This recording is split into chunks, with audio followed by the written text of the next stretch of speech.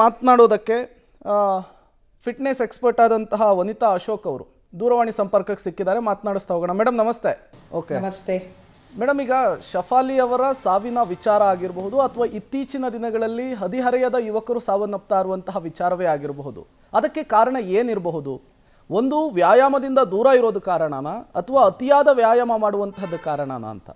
ಕರೆಕ್ಟಾಗಿ ಹೇಳಿದ್ರು, ಎರಡೂ ಕರೆಕ್ಟೇ. ಸೊ ಎಕ್ಸಸೈಸ್ ಮಾಡದೆ ಹೋದ್ರೂ ಒಳ್ಳೇದಲ್ಲ ದೇಹಕ್ಕೆ, ಎಕ್ಸಸೈಸ್ ಅತಿಯಾಗಿ ಮಾಡಿದ್ರು ಒಳ್ಳೇದಲ್ಲ. ಈ ಎಕ್ಸಸೈಸ್ ಓವರ್ ಎಕ್ಸಸೈಸ್ ಇದೆಯಲ್ಲ, ಅದು ತುಂಬ ಡೇಂಜರಸ್. ಸೊ ಇದನ್ನ ಮನಸ್ಸಲ್ಲಿ ಇಟ್ಕೊಂಡು ಇದು ಮಾಡ್ರೇಷನ್, ಎಕ್ಸಸೈಸು ಮಾಡ್ರೇಷನು, ತಿಂಡಿ ಮತ್ತು ಡಯಟು ಮಾಡ್ರೇಷನಲ್ಲಿ ಇರಬೇಕು. ಇದನ್ನು ಜನ ಮರೀತಿದ್ದಾರೆ. ಸಾಕಷ್ಟು ಅನಾಹುತ ಆಗ್ತಾ ಇದೆ ಈ ನಡುವೆ ಅಂತೂ. ಪೋಸ್ಟ್ ಕೋವಿಡ್, ಪೋಸ್ಟ್ ವ್ಯಾಕ್ಸಿನೇಷನ್, ಇದು ಇನ್ಸಿಡೆನ್ಸ್ ತುಂಬ ಜಾಸ್ತಿ ಆಗ್ತಾ ಇದೆ. It's alarming rate. ಯಾಕೆ ತುಂಬ ಬೇಜಾರಾಗ್ತಾ ಇದೆ.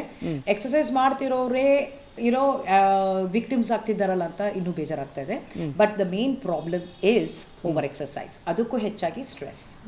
ಓಕೆ ಮೇಡಮ್, ಇತ್ತೀಚಿನ ದಿನಗಳಲ್ಲಿ ಏನಾಗ್ತಾ ಇದೆ ಅಂದರೆ ಈ ರೀತಿಯ ಪದೇ ಈ ರೀತಿ ಚಿತ್ರರಂಗದಲ್ಲಿ ಆಗ್ತಾ ಇರೋದನ್ನು ನಾವು ಗಮನಿಸ್ತಾ ಇದ್ದೀವಿ. ಅದಕ್ಕೆ ಕಾರಣ ಏನಿರಬಹುದು ಅಂತ ಹೇಳಿ? ಯಾಕೆಂದ್ರೆ ಅವರ ಲೈಫ್ ಸ್ಟೈಲ್ ತುಂಬ ಚೆನ್ನಾಗಿರುತ್ತೆ, ಫಿಟ್ನೆಸ್ ಕೂಡ ಮೇಂಟೈನ್ ಮಾಡ್ತಿರ್ತಾರೆ, ಜೊತೆಗೆ ಒಳ್ಳೊಳ್ಳೆ ಫುಡ್ ಕೂಡ ತಗೊಳ್ತಾ ಇರ್ತಾರೆ. ಹಂಗಿದ್ರೂ ಕೂಡ ಹಾರ್ಟ್ ಅಟ್ಯಾಕ್ ಚಿಕ್ಕ ವಯಸ್ಸಿನಲ್ಲಿ ಆಗೋದಕ್ಕೆ ಕಾರಣ ಯಾಕಾಗಿ ಆಗುತ್ತೆ ಅಂತ? Main reason stress. Okay, stress work related ಇರ್ಬೋದು, ರಿಲೇಷನ್ಶಿಪ್ ಇರ್ಬೋದು, ಫೈನಾನ್ಷಿಯಲ್ ಇರ್ಬೋದು, ಯಾವುದೇ ಆಗಿದಿರ್ಬೋದು. ಬಟ್ ಎಕ್ಸಸೈಸ್ ಓವರ್ ಎಕ್ಸಸೈಸ್ ಮಾಡೋದ್ರಿಂದನೂ ಸ್ಟ್ರೆಸ್ ಆಗುತ್ತೆ. ಕಾರ್ಟಿಸೋಲ್ ಲೆವೆಲ್ಸ್ ಸ್ಪೈಕ್ ಆಗ್ತಾನೇ ಇರುತ್ತೆ. ಇದರಿಂದಾಗಿ BPI ಹೆಚ್ಚಾಗುತ್ತೆ, ಹಾರ್ಟ್ ಅಟ್ಯಾಕ್ ಸಿಚುವೇಶನ್ ಹೆಚ್ಚಾಗ್ತಾ ಹೋಗುತ್ತೆ. ಡಿಸ್ಟ್ರೆಸ್ ಮಾಡ್ಕೊಳ್ಳೋ ಸಿಚುವೇಶನ್ನೇ ಇರ್ತಾ ಇಲ್ಲ ಜನಕ್ಕೆ ಈ ನಡುವೆ. Everything is goal based. Okay, ಈಗ ಇನ್ಸ್ಟಾಗ್ರಾಮಲ್ಲಿ ಒಂದು ಪೋಸ್ಟ್ ಹಾಕ್ತಾರೆ ಅಂತ ಅಂದ್ಕೊಳ್ಳಿ, especially the celebrities. So it's a stress related one. So ಅದಕ್ಕೆ ಸರಿಯಾಗಿ ಅವರು ಲೈಫ್ ಲೀಡ್ ಮಾಡಬೇಕು. ಇದ್ರ ಜೊತೆಗೆ ಅವರು ಎಷ್ಟೇ ಹೆಲ್ತಿಯಾಗಿ lifestyle, they are very few people. ಈಗ ಬಾಲಿವುಡಲ್ಲಿ ತೊಗೊಂಡಿದ್ರೆ ವೆರಿ ಫ್ಯೂ ಪೀಪಲ್. ಈಗ ಅಕ್ಷಯ್ ಕುಮಾರ್ ಅವ್ರು he is known for his discipline. 9 ಗಂಟೆ ಆದಮೇಲೆ ಎಲ್ಲೂ ಅವ್ರು ಪಾರ್ಟಿನೇ ಮಾಡೋದಿಲ್ಲ, 9 ಗಂಟೆ ಬೆಡ್ಡಲ್ಲಿ ಇರ್ತಾರೆ. It's a classic example, discipline life style. So ಇವರು ಅಂತವರು ರೋಲ್ ಮಾಡೆಲ್ ಆಗಿರಬೇಕು ನಮಗೆಲ್ಲರಿಗೂ, ಆಯಿತಾ?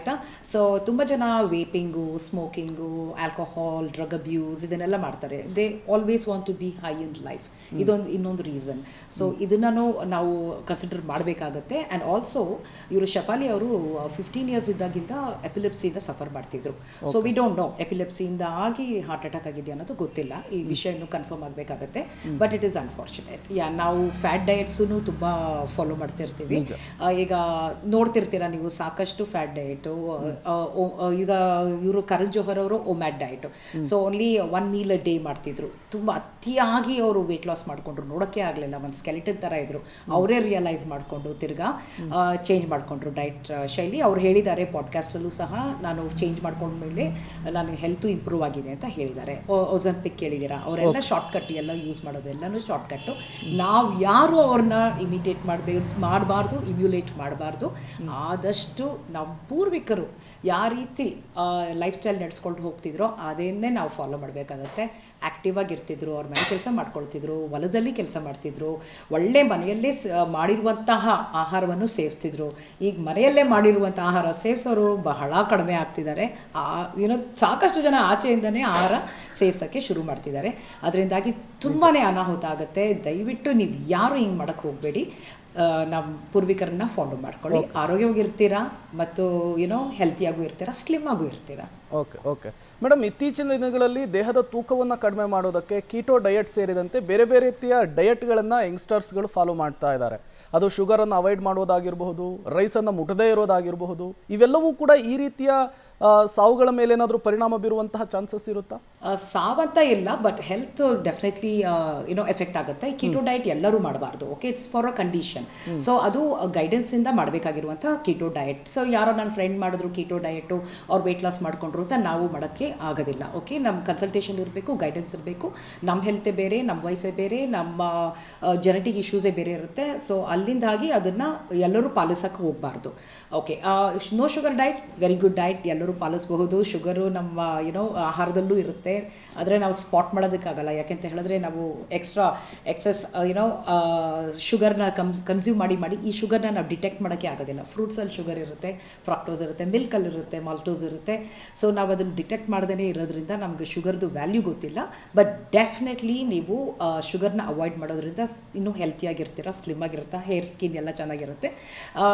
ಅದೊಂದೇ ನಾನು ಓಕೆ ಅಂತ ಹೇಳ್ತಿರೋದು. ಬಾಕಿದೆಲ್ಲ ಬಿಗ್ ನೋ ಫಾಲೋ ಮಾಡೋಕ್ಕೆ ಹೋಗಬೇಡಿ. ಯಾವುದೂ ಒಳ್ಳೆಯದಲ್ಲ ಡಯಟು. ನಮ್ಮ ಮೂರು ಸಾರಿ ತಿನ್ನೋದು ನಮ್ಮ ಕಲ್ಚರ್ ಆಗಿದೆ. ಎಷ್ಟೋ ಜನ್ರೇಷನಿಂದ ಮಾಡ್ಕೊಂಡು ಬರ್ತೀರಿ. ತುಂಬ ಹಳಬರು ಓನ್ಲಿ 2 times ತಿಂತಿದ್ರು. But afterwards it changed. Okay, so daily 3 timesದಲ್ಲೇ ನಾನು ನ್ಯೂಟ್ರಿಷನ್ ಸ್ಕ್ವೀಸ್ ಮಾಡೋಕ್ಕಾಗ್ತಿಲ್ಲ. 3 meals ತೊಗೊಂಡೆ ನ್ಯೂಟ್ರಿಷನ್ ಸ್ಕ್ವೀಸ್ ಮಾಡೋಕ್ಕಾಗ್ತಿಲ್ಲ. ಸೊ ನಿಮ್ಮ ನ್ಯೂಟ್ರಿಷಿಯಸ್ ಡಯಟ್, ಬ್ಯಾಲೆನ್ಸ್ ಡಯಟ್ ನಿಯಮಿತ ರೀತಿಯಲ್ಲಿ ಸೇವಿಸೋದ್ರಿಂದ ಆಟೋಮ್ಯಾಟಿಕ್ ಸಣ್ಣ ಆಗ್ತೀರಾ. ನಾನು ಬೇಡ, ಪ್ರಪಂಚದಲ್ಲಿ ಯಾವ ಫಿಟ್ನೆಸ್ ಎಕ್ಸ್ಪರ್ಟು ಬೇಡ ನಿಮ್ಮನ್ನ ಸಣ್ಣ ಮಾಡೋದಕ್ಕೆ. Okay, thank you madam. ಇಷ್ಟೊತ್ತು ಪಬ್ಲಿಕ್ ಟಿವಿ ಜೊತೆಗೆ ಮಾತನಾಡಿದ್ದಕ್ಕಾಗಿ.